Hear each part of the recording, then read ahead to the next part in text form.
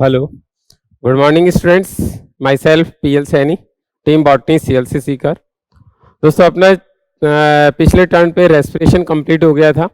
आज हम बात करते हैं ग्रोथ एंड डेवलपमेंट की। तो हमारे पास नाम आता है वृद्धि, पादप वृद्धि, ठीक है। एक नाम आता है डेवलपमेंट,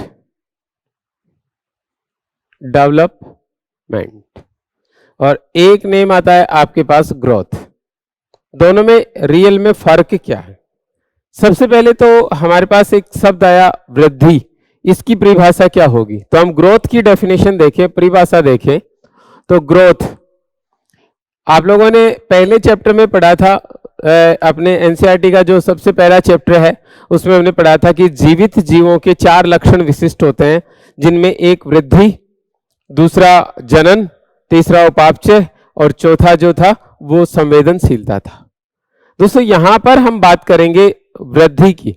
हालांकि इसको उस वक्त अपन ने वहां पर जो है ना उस चैप्टर में प्रेफरेंस नहीं दिया था जीवित जीवों का, क्योंकि रेत के टीले, ग्लेशियर ये भी वृद्धि करते हैं। इसलिए क्या है, हम लोग ग्रोथ को और एक डिफाइनिंग प्रॉपर्टी मतलब एक व्याख्यात्मक जो है ना लक्षण नहीं मान सकते सजीव का। लेकिन वृद्धि होती क्या है? तो वृद्धि का मतलब होता है आकार में, आकार जो है उसके अंदर वृद्धि, ठीक है। आयतन में वृद्धि, आयतन में वृद्धि, तीसरे नंबर पे भार में वृद्धि, ठीक है। ये 3 चीजें हैं जो क्या करती हैं, किसी जीव के वृद्धि को प्रभावित करती। सजीवों में आंतरिक वृद्धि होती है और निर्जीवों में बाह्य वृद्धि होती है। आंतरिक वृद्धि सजीवों का लाक्षणिक गुण माना जा सकता है, पर वहां पर हमने वृद्धि बात की थी इसलिए हमने इसको सजीवों का लक्षण नहीं रखा, जबकि सजीवों का लाक्षणिक लक्षण होता है आंतरिक वृद्धि। एक सजीव जो होता है वो क्या होता है, सबसे पहले ये मान लीजिए एक कोशिका है, इस कोशिका में उपापचयी क्रियाएं होंगी, उपापचयी क्रियाएं होंगी तो इसमें कोशिका द्रव की मात्रा बढ़ेगी। तो देखिए आयतन बढ़ गया, आयतन के साथ आकार भी बढ़ गया, ठीक है। इसी के साथ भार, यहां पर भार का मतलब शुष्क भार से है, ठीक है, तो शुष्क भार भी बढ़ गया। इन तीनों के योग को हमने नाम दे दिया वृद्धि। मतलब वह अनुत्क्रमणीय परिवर्तन जिसमें सजीव के आकार, आयतन व शुष्क भार में वृद्धि होती है, वृद्धि कहलाता है। अब आपने कहा अनुत्क्रमणीय परिवर्तन, देखिए जैसा कि अपन शुरू से बात कर रहे हैं कि सजीवों में का लाक्षणिक लक्षण नहीं माना जाता वृद्धि। एक लकड़ी के टुकड़े को यदि आप पानी में रख देते हैं तो वो कुछ मात्रा में पानी अधिशोषित करके और फैल जाता है। इस फैलाव के कारण उसके आकार में वृद्धि हो जाती है, उसका भार भी बढ़ जाता है, ठीक है। तो उस कंडीशन में क्या उसे हम वृद्धि मानेंगे? नहीं। अब यदि आप उसको धूप में रख देते हैं तो वो वापस सूख जाता है, तो और अपने पुनः पुनः अपना पुराना आकार प्राप्त कर लेता है, उत्क्रमणीय हो गया ना। जबकि सजीवों में एक जीव मान लीजिए एक पेड़ बड़ा हो गया, क्या कुछ समय पश्चात वापस पौधे में रूपांतरित हो सकता है? कभी नहीं। तो सजीवों में यह प्रक्रम अनुत्क्रमणीय होता है। और इसके तहत क्या होता है, आकार, आयतन और भार में, भार कौन सा? शुष्क भार। और शुष्क भार का मतलब होता है उपापचय के दौरान जो पदार्थ बनते हैं वो शरीर के अंदर इकट्ठे होते चले जाते हैं। एग्जाम्पल के तौर पे आप ये मानिए कि प्रोटीन बना और ये प्रोटीन माइटोकॉन्ड्रिया बनाने के काम आ गया, ये प्रोटीन अंतःप्रदर्भी जालिका बनाने के काम आ गया, ठीक है। तो ये फिक्स हो गया ना। अब क्या आप उस अंतःप्रदर्भी जालिका या माइटोकॉन्ड्रिया को तोड़कर उसको वापस पुरानी स्थिति में ले जा सकते हो? ना, प्राकृतिक रूप से ऐसा नहीं होता। तो अनुत्क्रमणीय परिवर्तन होता है। तो आप परिभाषा क्या लिखोगे? वह अनुत्क्रमणीय परिवर्तन, अनुत्क्रमणीय परिवर्तन जिसमें जीव के आकार, आयतन व शुष्क भार में वृद्धि होती है, में वृद्धि होती है, ग्रोथ यानी वृद्धि कहलाता है। वृद्धि कहलाता। ठीक है। अब एक चीज देखिएगा, एक प्लांट जो होता है, हम लोग एक पादप की बात करते हैं, इस डेवलपमेंट की बात अपन बाद में करते हैं, हम एक पादप की बात करते हैं। आपके पास एक प्लांट है ये वाला, और ये बीज था, ये बीज अंकुरित हुआ और ये बना आपके पास एक नवोद्भिद। इस नवोद्भिद में ये वाला भाग है मूलांकुर, और ये वाला जो भाग है ऊपर वाला ये है प्रांकुर। मूलांकुर और प्रांकुर दो भाग हो गए आपके पास। अब जरा सा ये देखिएगा कि लगातार कोशिका विभाजन होता है। हम लोगों ने एनाटॉमी में भी पढ़ा, हमने मतलब है ना कोशिका में भी पढ़ा कि इस वाले भाग में लगातार कोशिका विभाजन होता है। तो एक कोशिका क्या करती है, जब विभाजित होती है तो दो पुत्री कोशिकाएं बनती हैं। अब ये पुत्री कोशिकाएं जीवन प्रावस्था में अपने कोशिका द्रव्य कोशिकांगों की मात्रा में वृद्धि करती हैं। तो क्या हो जाता है, इसका आकार बढ़ जाता है, और इसका आकार बढ़ने के साथ साथ आप लोगों ने पढ़ा है कि द्वितीयक वृद्धि जैसे जैसे वृद्धि होती है द्वितीयक भित्ति का निर्माण होने लगता है, और यदि द्वितीयक भित्ति बन गई तो ये कोशिका स्थायीकृत हो गई। ठीक है, इस तरीके से कोशिकाओं की संख्या बढ़ती जा रही है, आकार बढ़ता जा रहा है, फिक्स होती जा रही है, और अंततः जीव का आकार बढ़ रहा है। तो ये वाली जो वृद्धि होती है इसके फलस्वरूप एक बीज अंकुरित होकर नवोद्भिद बनाता है, और ये नवोद्भिद धीरे धीरे विकसित होकर क्या करता है, आधारीय भाग में जड़ें जो सतत रूप से मृदा के अंदर फैलती रहती हैं और ऊपर की तरफ पत्तियों की संख्या में वृद्धि करता रहता है। इस तरीके से इसमें पत्तियों की संख्या बढ़ती रहती है। तो सतत रूप से एक पादप जो है वो ग्रोथ करता रहता है। इसको हमने नाम दे दिया कायिक वृद्धि। ये एक कायिक वृद्धि हो गई जिसमें काया में वृद्धि हो रही है, जड़ तना और पत्तियां जो है वो ग्रोथ कर रही है, पत्तियों की संख्या बढ़ रही है, पादप का आकार बढ़ रहा है, और मतलब ना आयतन बढ़ रहा है। ठीक है, एक निश्चित समय पश्चात क्या होता है, इसके अंदर यहाँ पर पुष्पों का बनना आरंभ होता है, और ये फ्लावरिंग जो प्रोसेस होता है इसको हमने जननिक वृद्धि नाम दे दिया। तो अगली बार जो ग्रोथ हो रही है वो जननिक वृद्धि होती है। इस तरीके से एक पादप अपने जीवन काल में दो प्रकार की वृद्धियां प्रदर्शित करता है, एक होती है कायिक वृद्धि और एक होती है जननिक वृद्धि।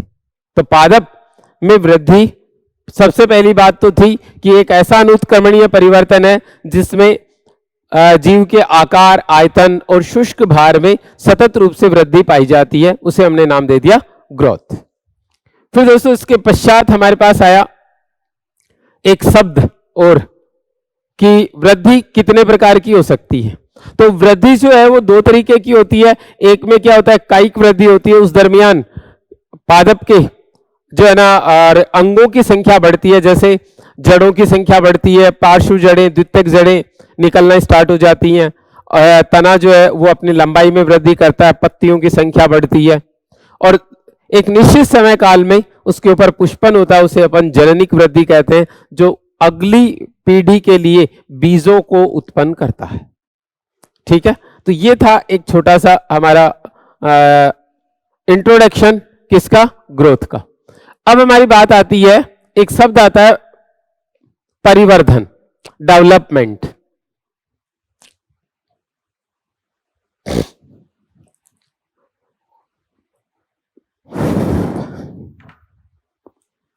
वर्ड आता है डेवलपमेंट।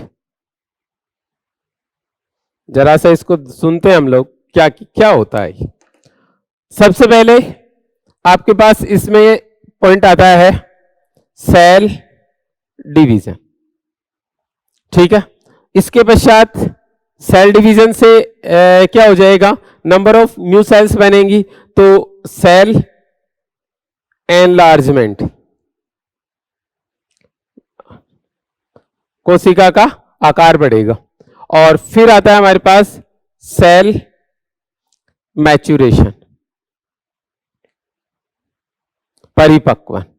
ठीक है, और फिर इसके बाद हमारे पास आता है डिफरेंशिएशन।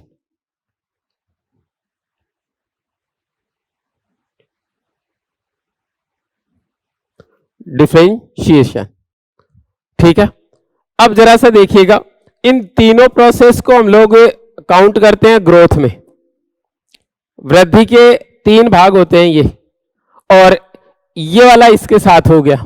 इन तीनों को दोनों को मिलाकर हमने एक नाम दिया, वो है आपके पास क्या, डेवलपमेंट। डेवलपमेंट का क्या मतलब होता है, जरा सा बात पे ध्यान दीजिएगा। ये इस वाले पॉइंट से आपको बात समझ में नहीं आई, इस तरीके से आ जाएगी। हमारे पास ये एक मतलब ये एक सेल है, सेल बायोलॉजी में पढ़ा आपने। इस कोशिका में आकार में वृद्धि होने के बाद और एम फेज में जाने के बाद ये 2 पुत्री कोशिकाएं बनाती है, सब जानते हो आप लोग।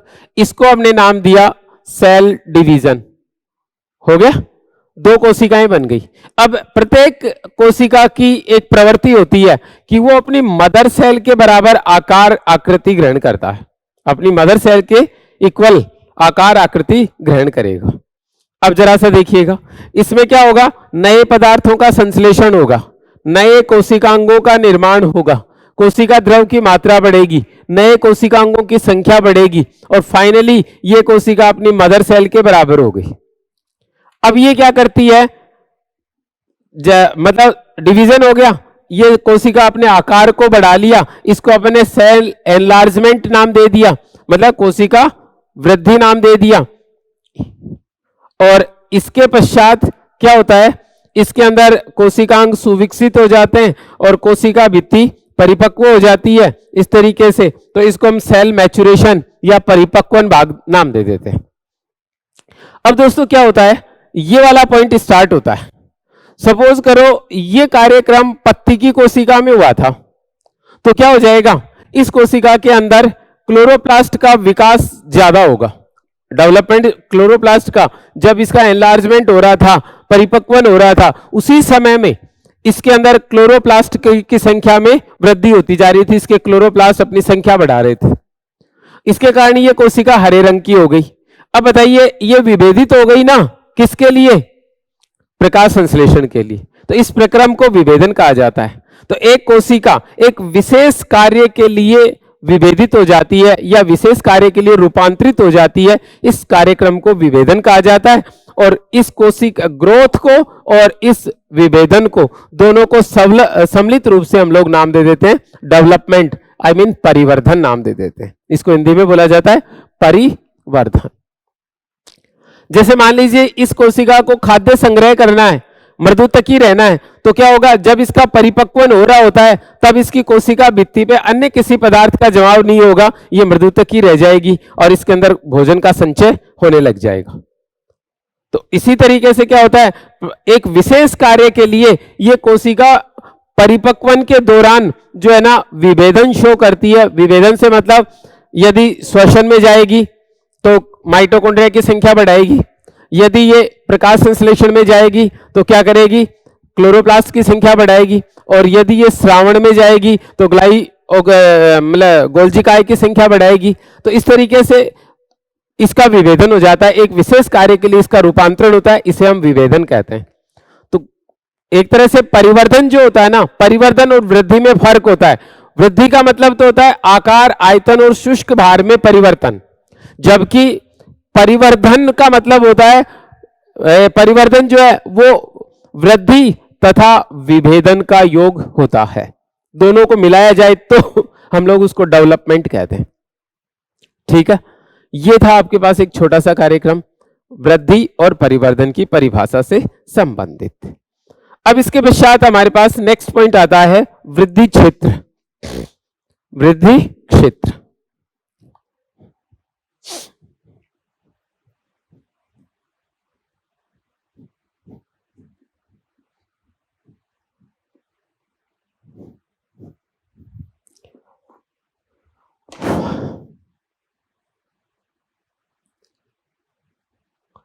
देखिएगा, ये आपके पास यदि हम एक जड़ को देख लेवें तो जड़ के अग्र सिरे को यदि देखा जाए तो कुछ हमें इस तरीके का नजर आता है। इसके इस वाले भाग पे एक टोपी जैसी संरचना पाई जाती है, इसे root cap, root cap Hindi में इसे मूल गोप कहा जाता है। तो ये आपके पास हो गया मूल गोप। ठीक, ये वाला जो पार्ट होता है, ये टोपी जैसी संरचना एक विशेष प्रकार की विभाजनशील परत के द्वारा बनती है। इस विभाजनशील परत को नाम देते हैं कैलिप्ट्रोजन, जो इस मूल गोप का निर्माण करती है। ये मूल गोप मिट्टी के कणों के से रगड़ से सुरक्षा प्रदान करती है। ठीक है, ये केवल जड़ में पाई जाती है, तने में ये संरचना अनुपस्थित होती है। जस्ट इसके पीछे की तरफ इस एरिया में कोशिकाएं जो होती है ना, कुछ मिलीमीटर में स्थित होती हैं, और ये कोशिकाएं विभाजनशील होती हैं। ठीक है, इन कोशिकाओं में लगातार विभाजन होता रहता है, इसलिए इस क्षेत्र का नाम हमने रखा हुआ है कोशिका विभाजन क्षेत्र। कोशिका विभाजन क्षेत्र, सेल डिवीजन जोन। इसके बाद अगला पॉइंट आता है हमारे पास, इस क्षेत्र में कोशिकाएं जो है अपने आकार में वृद्धि करती हैं इस तरीके से, इसलिए इस क्षेत्र का नाम है कोशिका दीर्घीकरण क्षेत्र। कोशिका दीर्घीकरण क्षेत्र।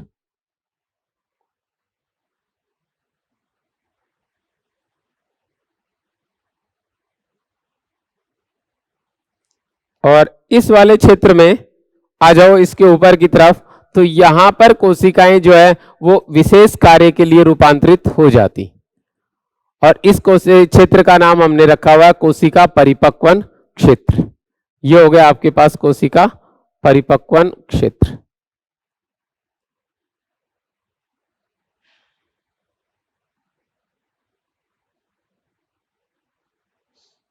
और इन दोनों के बीच में इस एरिया में कुछ धागे जैसी संरचनाएं पाई जाती हैं। इन धागे जैसी संरचनाओं के लिए मूल रोम शब्द काम में लिया जाता है, तो ये मूल रोम क्षेत्र हो जाता है इस तरीके से। ये हो गया आपके पास मूल रोम क्षेत्र। तो एक जड़ के शीर्ष भाग पर, उसके बिल्कुल शीर्ष पर, नोक पर जो क्षेत्र पाया जाता है, इसका नाम है मूल गोप, और इंग्लिश में बोला जाता है इसे रूट कैप। टोपीनुमा संरचना, टोपीनुमा संरचना जो मूल शिखाग्र की, मूल शिखाग्र की घर्षण से सुरक्षा करता है। इसी का दूसरा पॉइंट है, यह एक विशिष्ट विभज्योतक, विभज्योतक जिसे कैलिप्ट्रोजन कहा जाता है, से विकसित होती, विकसित होती। दूसरा पॉइंट आता है हमारे पास कोशिका विभाजन क्षेत्र।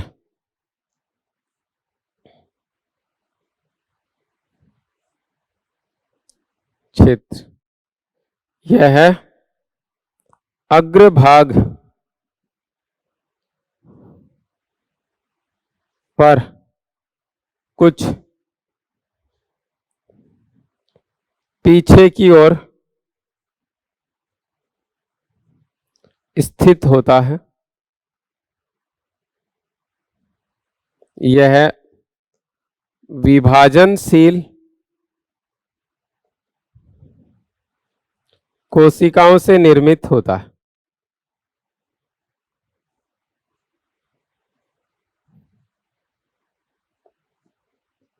होता है, जिसे विभज्योतक कहते हैं।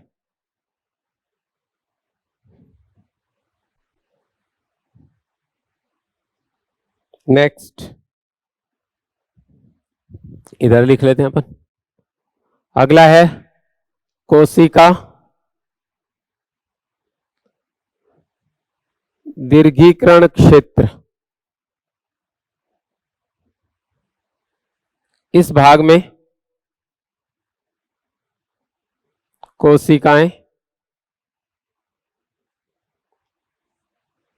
अपने आकार में वृद्धि करती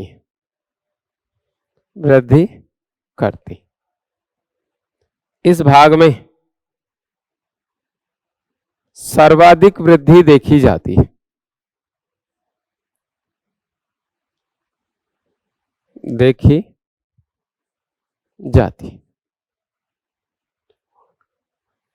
अगला पॉइंट है कोशिका परिपक्वन क्षेत्र।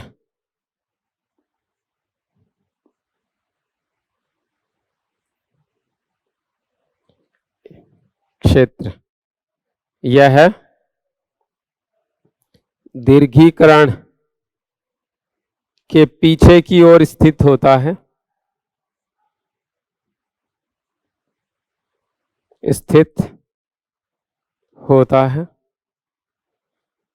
इस भाग में कोशिकाओं का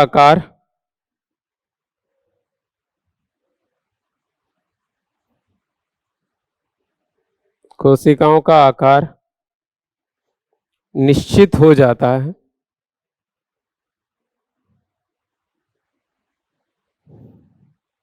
अगला, इस भाग में कोशिकाएं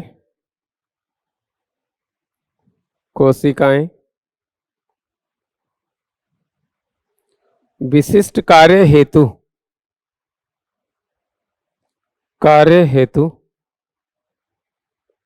रूपांतरित हो जाती।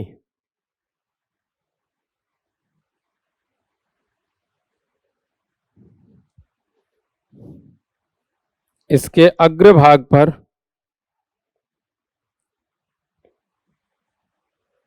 मूलरोम क्षेत्र स्थित होता है।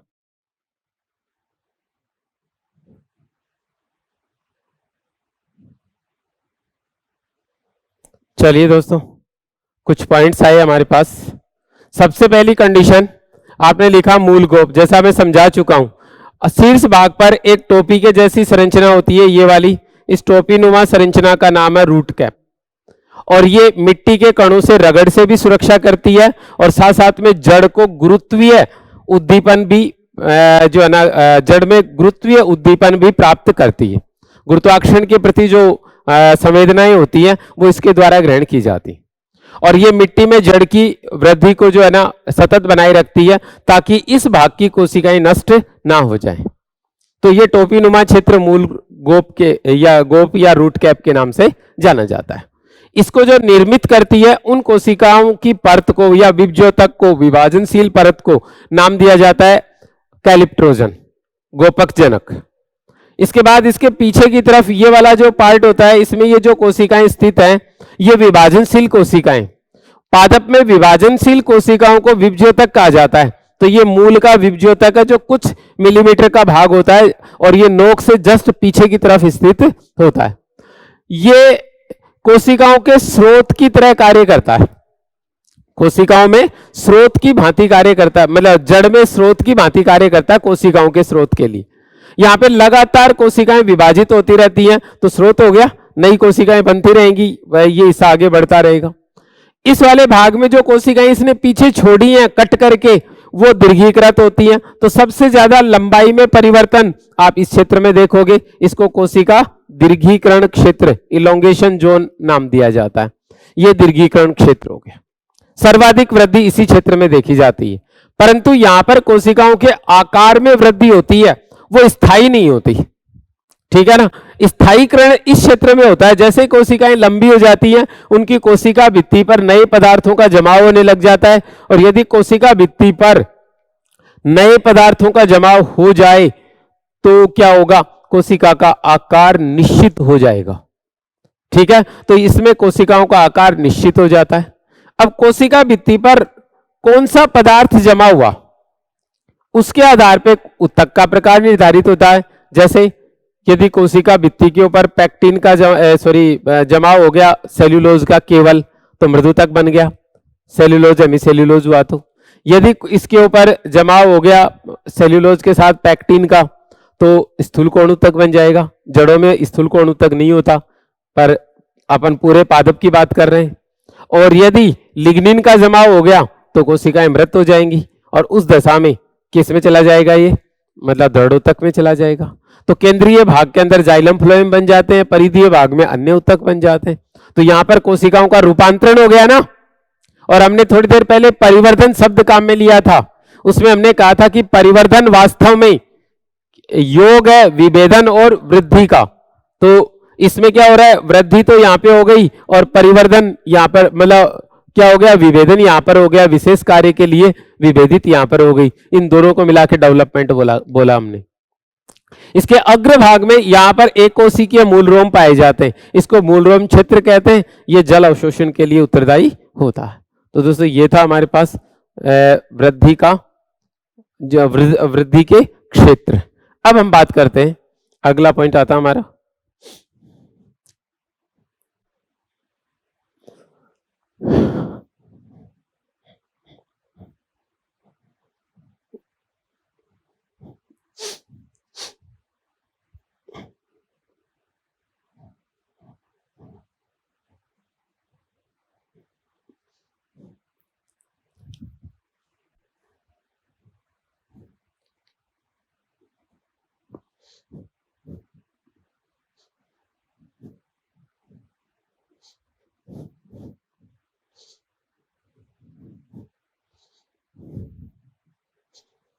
नेक्स्ट पॉइंट आता है वृद्धि मापन।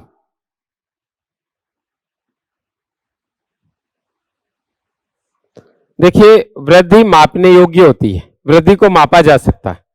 इसको हम लोग लंबाई में भी माप सकते हैं, मतलब आकार में परिवर्तन के आधार पर भी माप सकते हैं। कोशिकाओं की संख्या के आधार पर भी माप सकते हैं।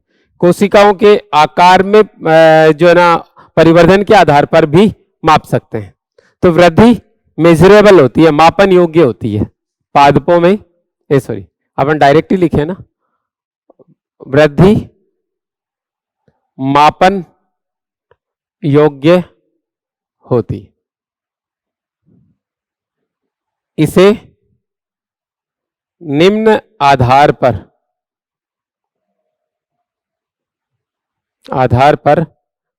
मापा जा सकता है। पहला है हमारे पास, फर्स्ट पॉइंट आता है हम ताजा भार के आधार पर, ताजा भार के आधार पर। दूसरे नंबर पर हमारे पास आता है शुष्क भार के आधार पर, शुष्क भार के आधार पर। तीसरे नंबर पे आता है हमारे पास कोशिकाओं की संख्या के आधार पर, कोशिकाओं की संख्या के आधार पर। और अगला आता है हमारे पास चौथा, कोशिकाओं के आकार के आधार पर, कोशिकाओं के आकार के आधार पर। और पादप में इसको पांचवें नंबर, पादप अंगों की संख्या के आधार पर, संख्या के आधार पर। ठीक है, पादप वृद्धि को मापा जा सकता है, पादप क्षेत्रफल के आधार पे भी मापा जा सकता है, पत्ती के क्षेत्रफल के आधार पे भी मापा जा सकता है, लेकिन प्रमुख रूप से ये आधार होते हैं। सबसे पहला आता है हमारे पास ताजा भार। ताजा भार में देखिए एक सिंपल सा कार्यक्रम है। ताजा और शुष्क भार में क्या फर्क होता है, आप एक पत्ती को तोड़िए और तोड़ते ही इसका वजन करिए, इसको हम ताजा भार बोलेंगे, इसलिए क्योंकि इसमें जल की मात्रा उपस्थित होती है। तो ताजा भार में जल की मात्रा को काउंट किया जाता है। अब आप इस पत्ती को सूखने दीजिए, धीरे धीरे कुछ समय पश्चात ये जब पूरी तरह सूख जाए तब आप इसको तोलकर देखिएगा, ये इसका ड्राई वेट है।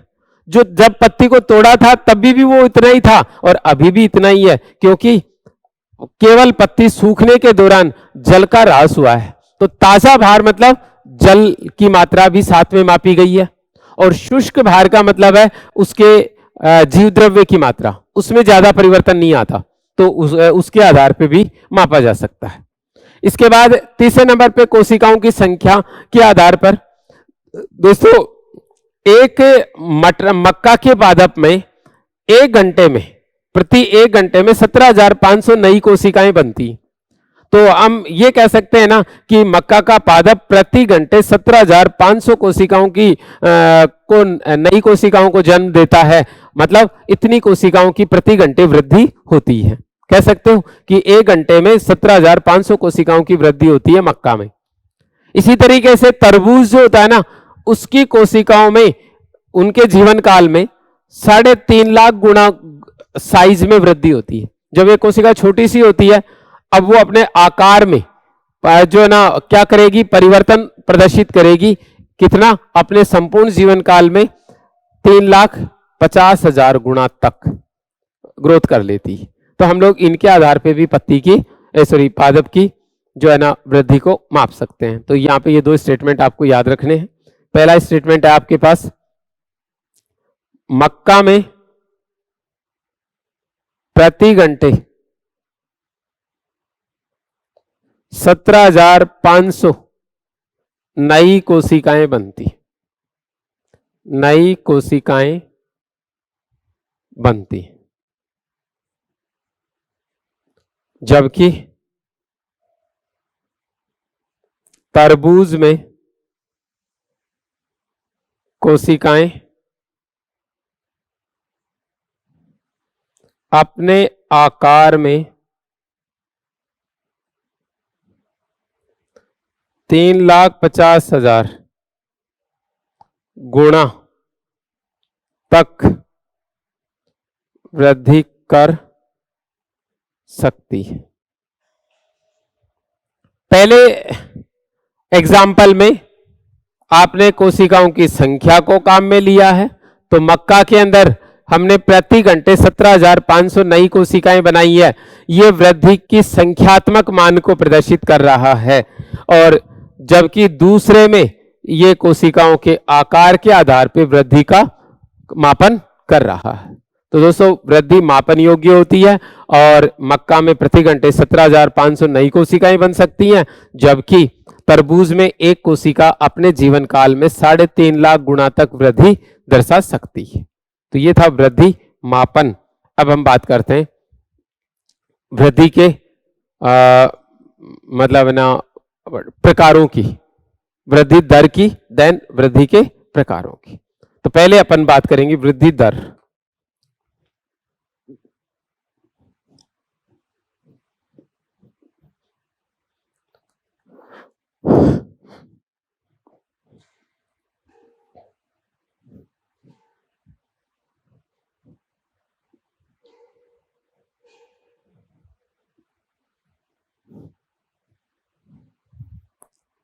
वृद्धि दर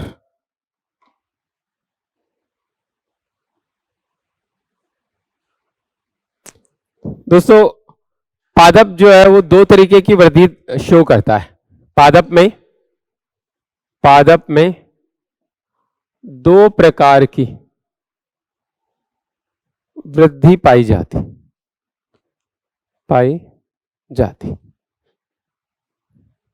पहला है आपके पास अंकगणितीय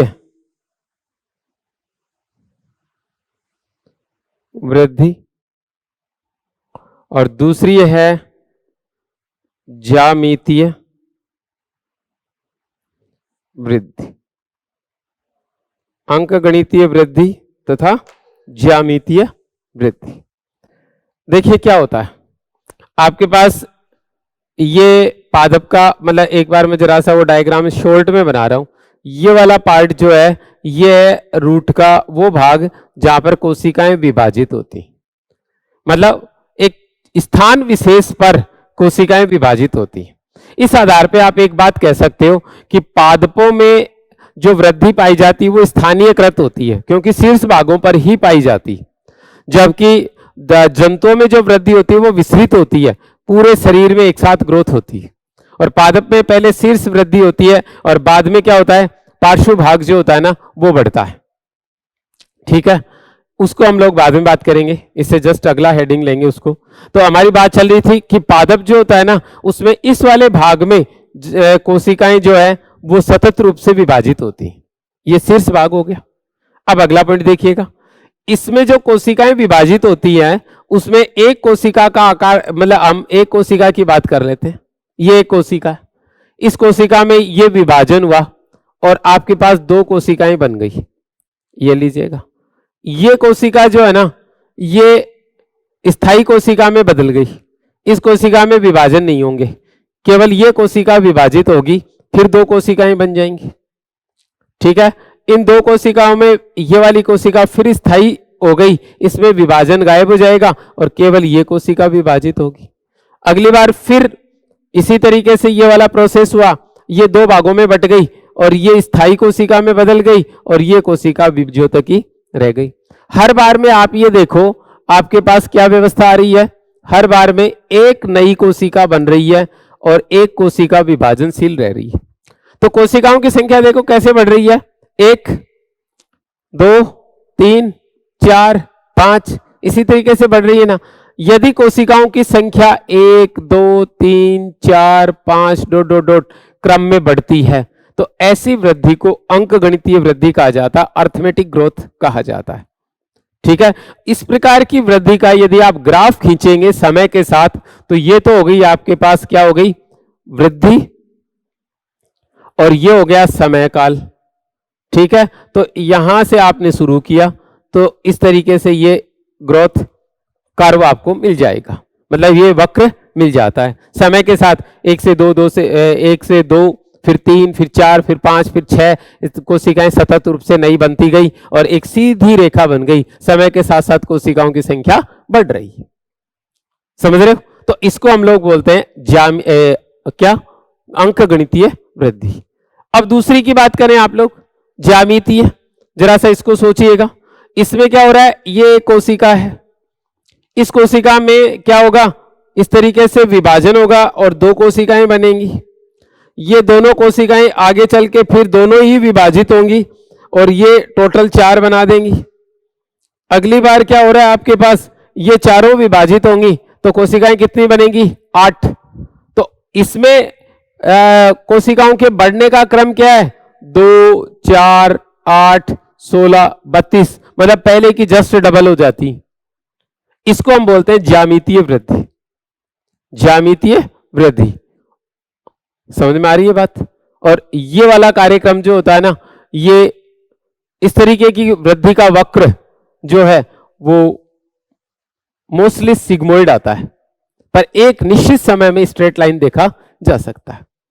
हाँ तो दोस्तों, अब हमारी बात चलती है कि हमारी चल रही बात है अंकगणितीय। तो सबसे पहले हम अंकगणितीय को डिफाइन करते हैं, उसके बाद ज्यामितीय को लेते हैं।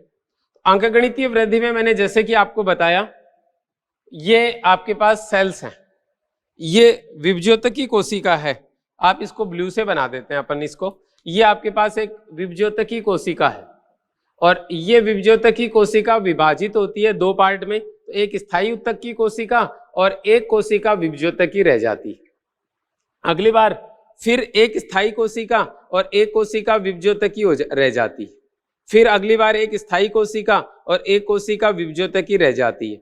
ये प्रक्रम सतत रूप से जो है चलता रहता है। इसके लिए आप लोग शब्द काम में लेते हैं अंकगणितीय वृद्धि। जब कोशिकाओं की संख्या 1 2 3 4 5 6 के क्रम में बढ़ती है तो हम लोग इसके लिए वर्ड यूज करते हैं अंकगणितीय वृद्धि। इस अंकगणितीय वृद्धि को हम लोग जो है, एक सूत्र है आपके पास LT = L0 + RT, इससे प्रदर्शित कर सकते हैं। LT का मतलब है T समय में पादप वृद्धि, ठीक है, और L0 का मतलब है शून्य समय में जब आपने उसको कंसीडर किया था उस समय में पादप वृद्धि कितनी थी, वो इसमें हो गई। और आपके पास आ गया T, हो गया टाइम, T हो गया आपके पास टाइम, और R हो गया वृद्धि दर प्रति समय, इकाई समय में जो है ना कितनी वृद्धि है उसे वृद्धि दर कहा जाता है। तो ये एक फार्मूला जिसकी सहायता से आप इस ग्रोथ को जो है वो मेजर कर सकते हैं। अब अगला पॉइंट देखिएगा, इसका हम यदि ग्राफ खींचें तो समय के साथ इसका ग्राफ जो है वो कुछ इस तरीके का आता है, ऐसे। ये समय काल है, ये समय काल हो गया आपके पास, और ये वाला जो है ये पादप की लंबाई में या हाइट में वृद्धि को रिप्रेजेंट करता है। ठीक है, यहां पर इस तरीके से हमें समय के अनुसार डॉट बनाने होते हैं, उन डॉट के अकॉर्डिंग हम लोग ये कर्व खींचते हैं जो सीधा आता है। एक इकाई समय में यदि आपको वृद्धि दर देखनी है तो आप इसको इस तरीके से देख सकते हैं। इकाई समय में वृद्धि दर देखनी हो तो इस तरीके से देखी जा सकती है, ये लीजिए, इसके द्वारा देखी जा सकती है। ये था दोस्तों आपका एक पहला पॉइंट, उसको नाम दिया आपने गणितीय, अंक गणितीय वृद्धि। अब दूसरा पॉइंट आता है हमारे पास ज्यामितीय वृद्धि। तो ज्यामितीय वृद्धि किस तरीके की होती है, जरा सा उसको भी डिस्कस कर लेते हैं।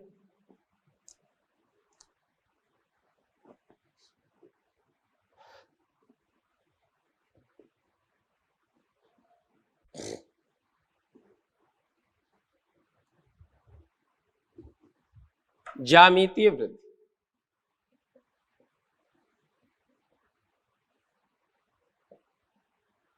और इसमें क्या करेंगे, ये आपके पास एक सेल है और ये डिवाइड हुई और दो सेल बनाई, इन दोनों में फिर ये दोनों भी डिवाइड हो गई, इस तरीके से 4 बन गई, फिर ये चारों डिवाइड हुई, 1 2 ये 3 ये 4 ये 5 6 7 और 8, इससे ये 2 बनी, इससे ये 2 बनी, इनसे ये 2 बन गई, इससे ये 2 बन गई, इससे ये 2 बन गई, इससे ये 2 बन गई और इससे ये 2 बन गई। तो इस तरीके से इसमें कोशिकाओं की संख्या 2 4 8 16 32 इस तरीके से जस्ट पहले की डबल होती है। इसमें वृद्धि दर उच्चतम होती है, तीव्र गति से होती है। इस कार्यक्रम को हमने नाम दे रखा है ज्यामितीय वृद्धि, ज्योमेट्रिक ग्रोथ। ठीक है, ये प्रावस्था कुछ समय के लिए भ्रूणीय अवस्थाओं में देखी जाती है, अन्यथा सामान्य जीवन काल में इसे देखना पॉसिबल नहीं होता। इसके लिए हमारे पास एक फार्मूला आता है, वो है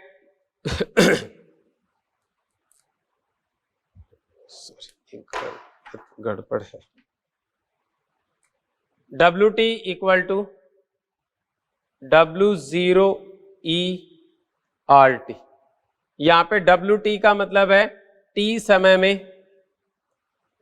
में वृद्धि, फिर हमारे पास आता है W0, इसका मतलब है शून्य समय में वृद्धि, फिर हमारे पास आता है E, ये लघुगणक होता है, E जो है ये प्राकृतिक लघुगणक है, लोग है, और R वृद्धि दर है, और T क्या है, समय। इसके अकॉर्डिंग यदि ग्राफ खींचा जाए तो आपके पास ग्राफ आता है कौन सा, कुछ इस तरीके का।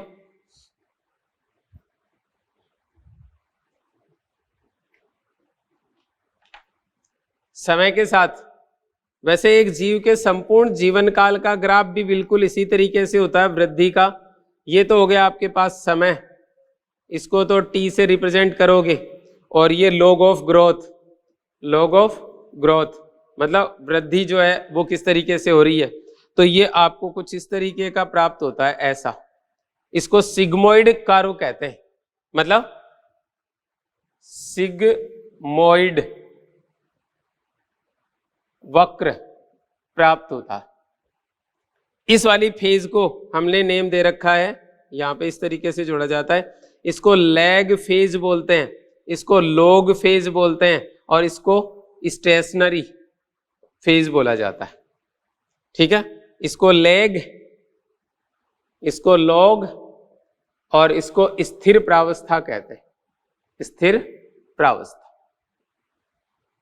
तो यदि एक जीव के जीवन काल में संपूर्ण जीवन काल का वृद्धि वक्र खींचा जाए तो ये एस आकार का प्राप्त होता है, इसे सिग्मोइड कर्व कहते हैं। यहां पे लिख लेते हैं, यदि एक जीव के संपूर्ण जीवन काल का वक्र खींचा जाए तो यह एस आकार का प्राप्त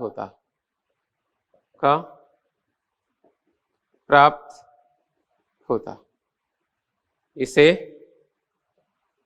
सिग्मोइड वक्र कहा जाता। यह पहला पॉइंट हो गया।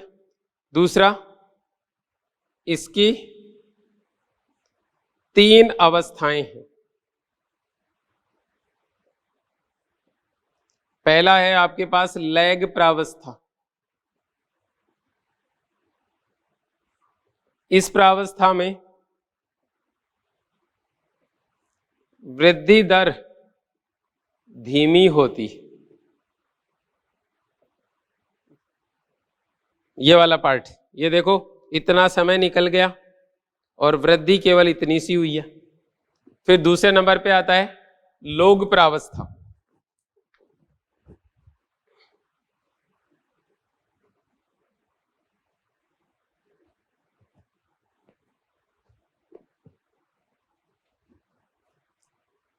लॉग प्रावस्था,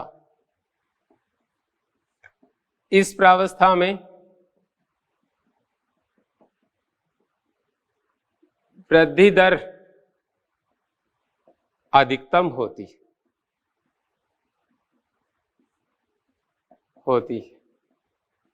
इसे वृद्धि की चरघातांकी प्रावस्था भी कहते हैं।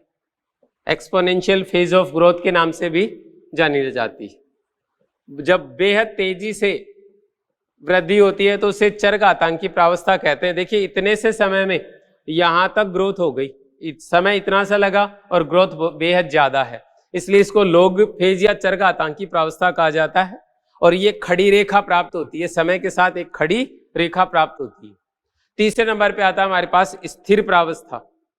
स्थिर प्रावस्था, इसमें क्या होगा, वृद्धि दर नगण्य होती।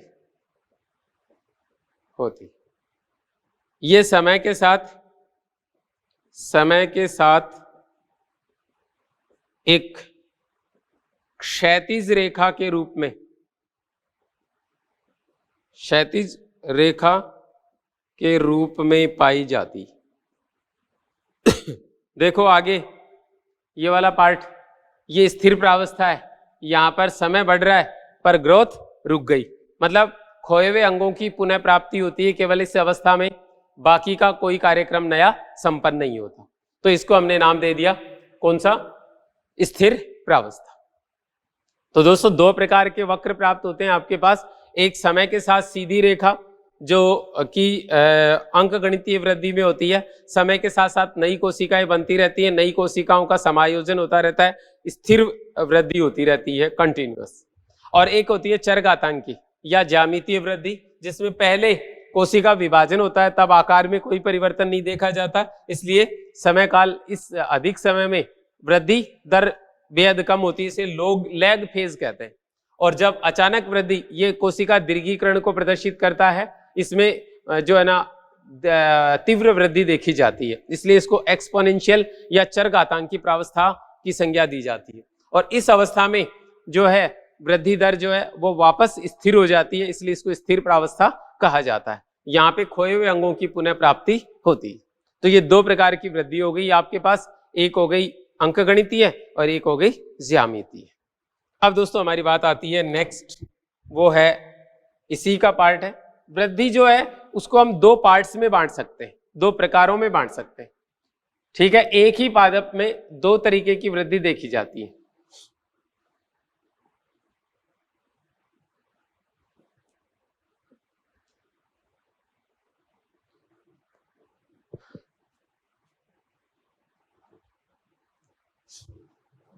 किसी पादप में दो प्रकार की वृद्धि प्रेक्षित की जाती है। कौन कौन सी? नंबर 1 नाम आता है आपके पास निरपेक्ष वृद्धि।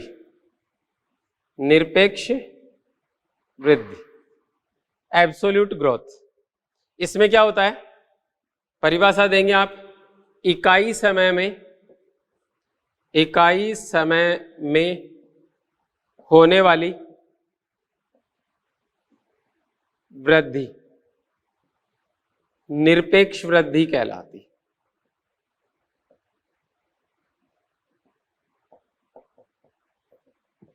दूसरे नंबर पे है सापेक्षिक वृद्धि। सापेक्षिक वृद्धि,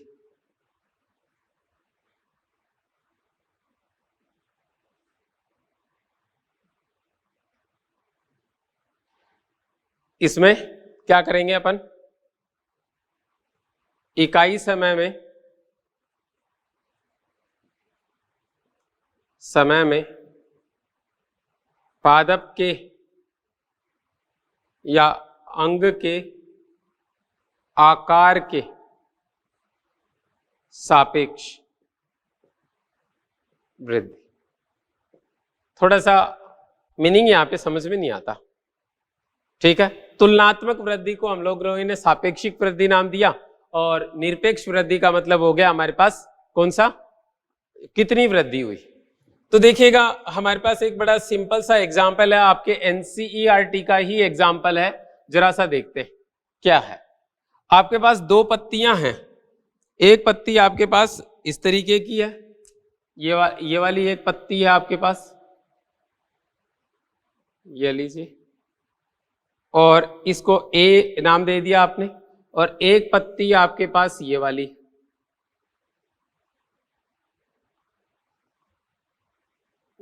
इसका नाम रख दिया अपन ने बी।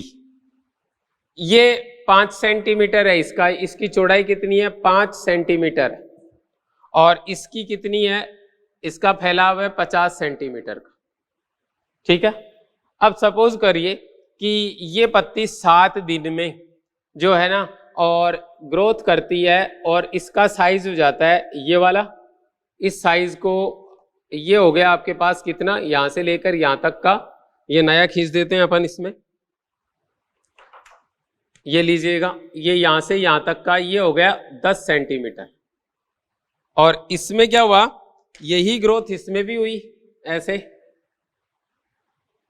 7 दिन के अंदर, और 7 दिन में ये ग्रोथ होने के बाद क्या हो गया, इसकी साइज हो गई 55 सेंटीमीटर, 55 सेंटीमीटर।